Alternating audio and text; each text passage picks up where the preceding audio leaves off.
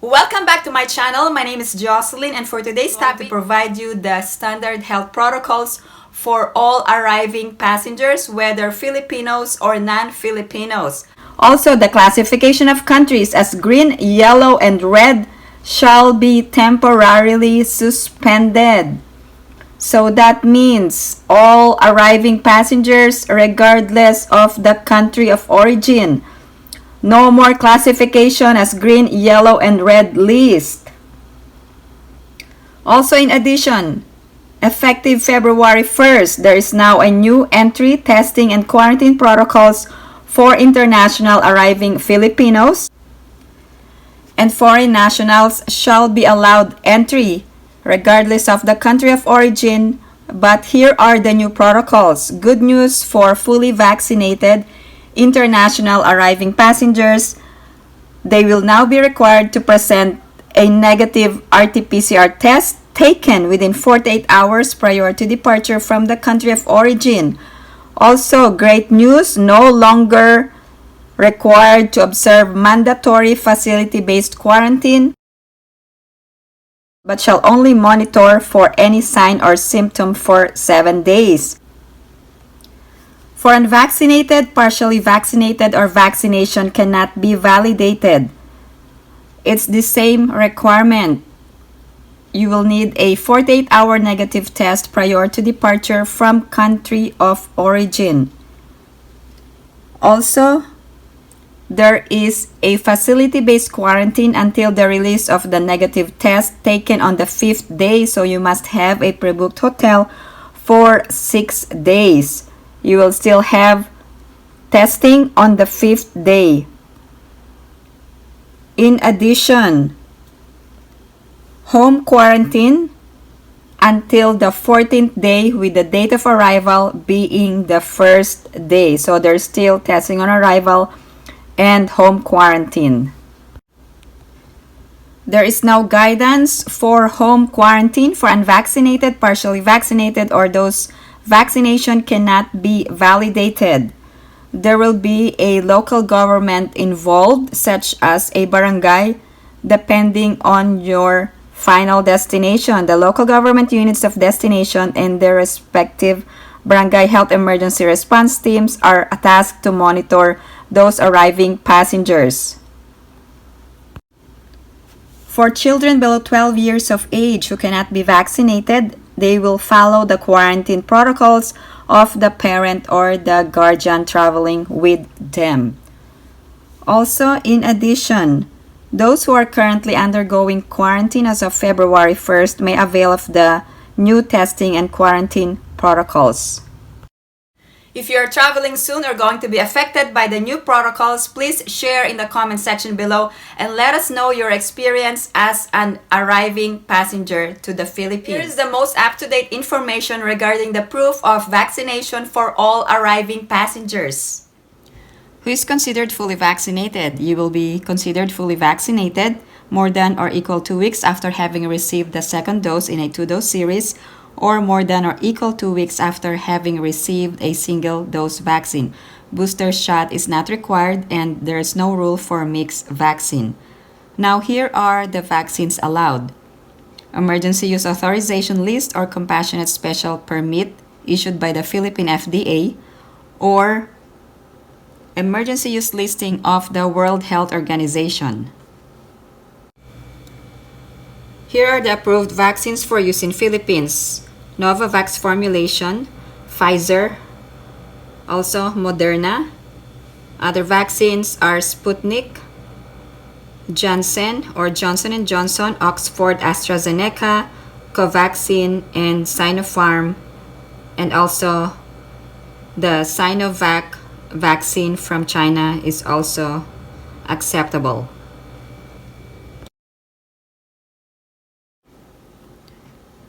Here are the exceptions to proof of full vaccination for foreign nationals. First, children below 18 years of age. Second, those who are medically unable to receive the vaccine as certified by a competent public health authority in the country or port of origin. And third, foreign diplomats and their qualified dependents, such as 9E visa holders.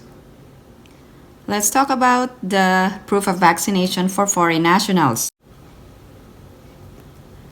You can present either one of the following: World Health Organization ICV, or a VaxCert-PH, or a National Digital Certificate of the foreign government which has accepted VaxCert under a reciprocity agreement.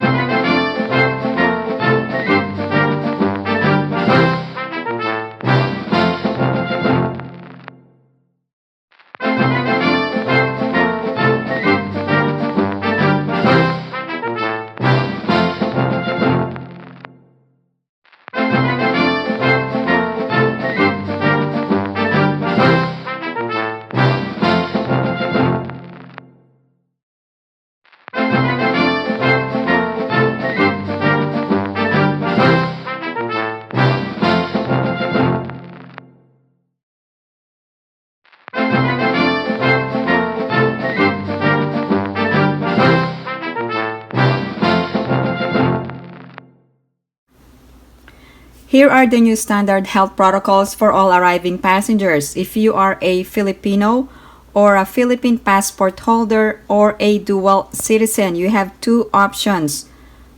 Either you can present a negative RT-PCR test prior to departure from country of origin, or you can also present proof of recovery from COVID.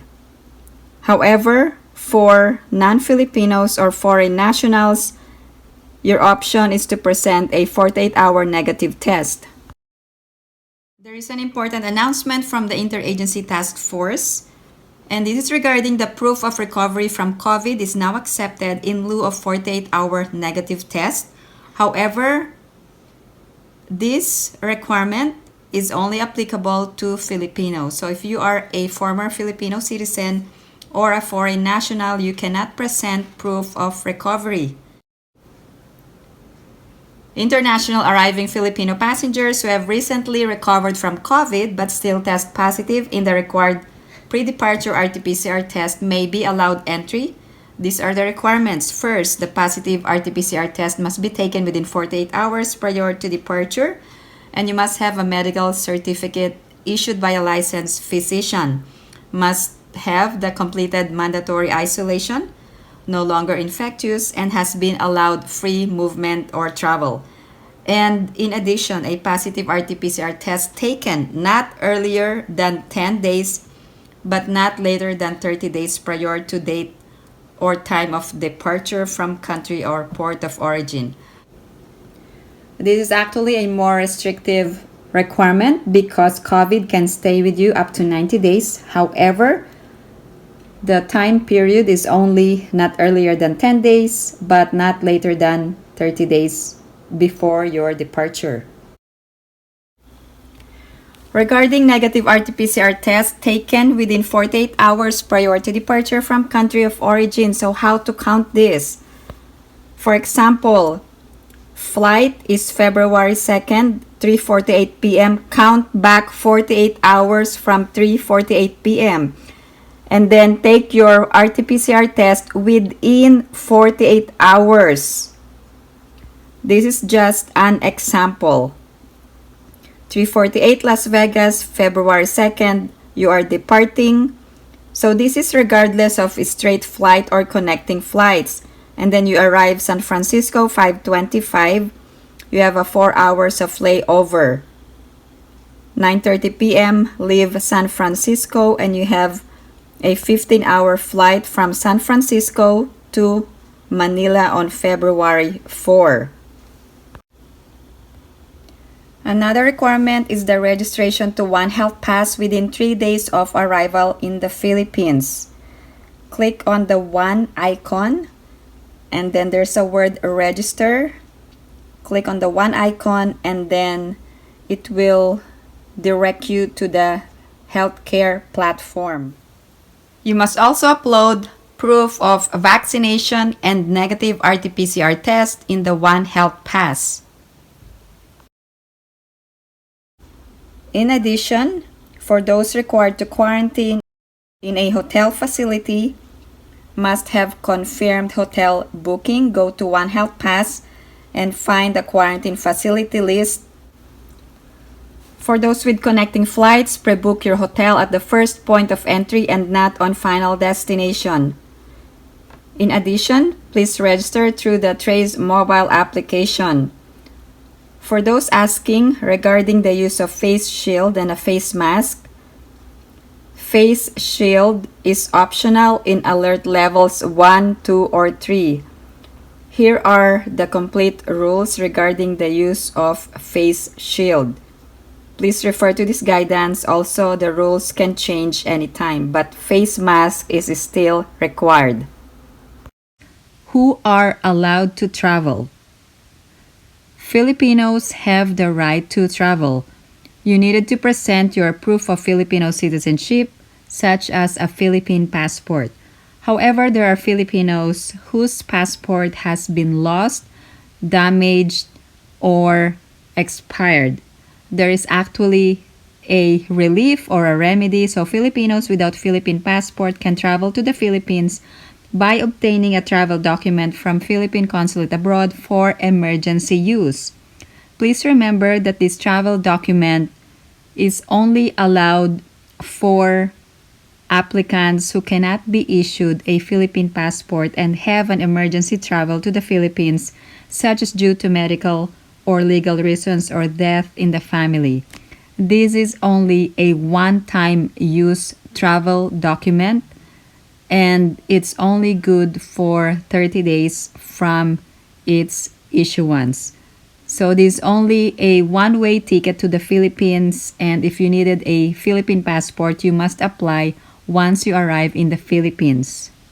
Another set of passengers are dual citizens. Dual citizens are Filipinos who have acquired a foreign citizenship and at the same time reacquired Filipino citizenship. You actually have two options. If you don't have your Philippine passport, you can present your dual citizenship documents.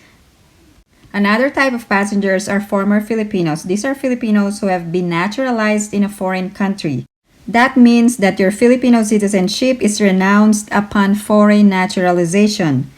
In addition, former Filipinos in possession of Philippine passport becomes void because you are no longer a Filipino.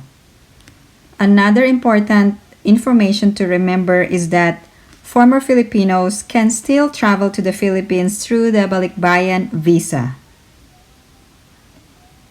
If you are a former Filipino and you still have a valid Philippine passport, does that make you a dual citizen? The answer is no. Former Filipinos who are in possession of an expired or valid Philippine passport after becoming a foreign citizen does not make you a dual citizen. Please remember this. There is actually a special privilege granted to former Filipinos. Former Filipinos can travel to the Philippines through the Balikbayan visa program, and you can avail this visa upon arrival in the Philippines. In addition, Balikbayan visa is free and you must proceed to Filipino lane upon arrival at the immigration. You need to ask immigration that you will be availing of Balikbayan visa. Also, in addition, you will be granted Balikbayan visa, which is valid for 1 year upon arrival in the Philippines. Now, former Filipinos can travel alone or with family members such as a spouse or children. Now, if a former Filipino will be traveling together with foreign spouse or foreign children, both spouse or children can avail of Balikbayan visa and stay in Philippines visa-free for 1 year. The foreign spouse or foreign children traveling together with former Filipino must have a return or onward ticket. Also, foreign spouse or children must have a valid passport for at least 6 months and beyond. Now, let's talk about the immigration entry requirements for former Filipinos. You actually have two options. First, you must have your foreign passport plus your valid or old Philippine passport. If you don't possess an old or valid Philippine passport, you must have a valid or authentic Philippine birth certificate for purposes of proving your former Filipino citizenship. For former Filipinos or Filipinos traveling with their foreign spouse, the foreign spouse must present their foreign passport plus authentic marriage certificate. If traveling with a foreign child, foreign passport plus authentic birth certificate. For adopted child, foreign passport plus adoption certificate. Visa-free privileges for foreign nationals married to Filipino or former Filipino traveling together under EO 408. Also, you must present an authentic marriage certificate. Also, report of marriage is not required to enter in the Philippines. In addition, proceed to Filipino lane at immigration and tell immigration you will be availing of the Balikbayan visa. Here are the countries included in the visa-free privileges as outlined in the Executive Order number 408.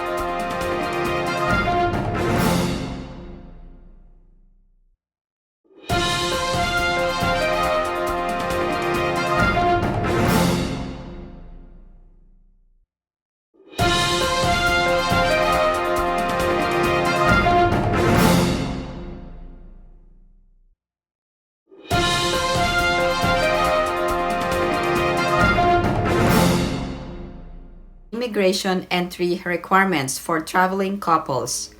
First, you must present authentic marriage certificate. Second, passport must be valid for 6 months and beyond for non-Filipinos. And third, return or onward ticket is not required for Filipinos or former Filipinos, but check with the airline for requirements. Those who are admitted as balikbayans are given an initial stay of 1 year. They may extend their stay for another 1, 2, or 6 months provided that they present their valid passport and filled out the visa extension form and submitted to the visa extension section in the Bureau of Immigration main office or any Bureau of Immigration offices nationwide. So one additional requirement will be asked for balikbayans who have stayed in the Philippines after 36 months or 3 years. Effective December 24 of 2021, a Filipino and foreign spouse, which means a native foreign spouse with same-sex marriage, shall be temporarily admitted. Now, let me provide you the law or the rules for gay or lesbian couples married abroad, and one of them is either a Filipino or former Filipino. Under the Family Code of the Philippines, Article 26, all marriages solemnized outside the Philippines in accordance with the laws in force in the country where they were solemnized and valid there as such shall also be valid in the country or in the Philippines except those prohibited under Articles 35 or 36, 37, and 38. Here are the immigration entry requirements. Filipinos and former Filipinos do not need a return or onward ticket. Foreign spouse or foreign children must have a passport valid for 6 months and beyond. A return ticket is also required. Take note that the Philippine government sets the rules regarding the requirements on pre-booking a hotel for quarantine purposes. Now, in compliance with Philippine regulations, only one person is allowed per room except for the following: families from the same household traveling together, especially those with minors. Also, those health and emergency frontline services personnel are also exempted from this rule. Another set of passengers are those guests requiring a companion, such as minor children or children below 18 years of age, or persons needing assistance such as senior citizens, those who have disabilities, and those who have medical illnesses or conditions. Now, if you think you are qualified in any of these exemptions, you will be asked to sign a waiver when you quarantine in a hotel. Now, there are also other requirements when pre-booking a hotel, and this is the most important. First, the hotel must be accredited or must be in the list of hotels allowed by the Department of Tourism or by the Bureau of Quarantine, and these are the only acceptable hotels. If you have any other questions or comments, please post them down below and I will get back to you as soon as I can. Thank you guys for supporting my channel, and if you haven't liked this video, please give it a big thumbs up. And if you haven't subscribed to my channel, please subscribe and hit that notification bell. I always welcome new subscribers. Thank you guys for supporting my channel, and I hope everyone is staying safe and have a great day.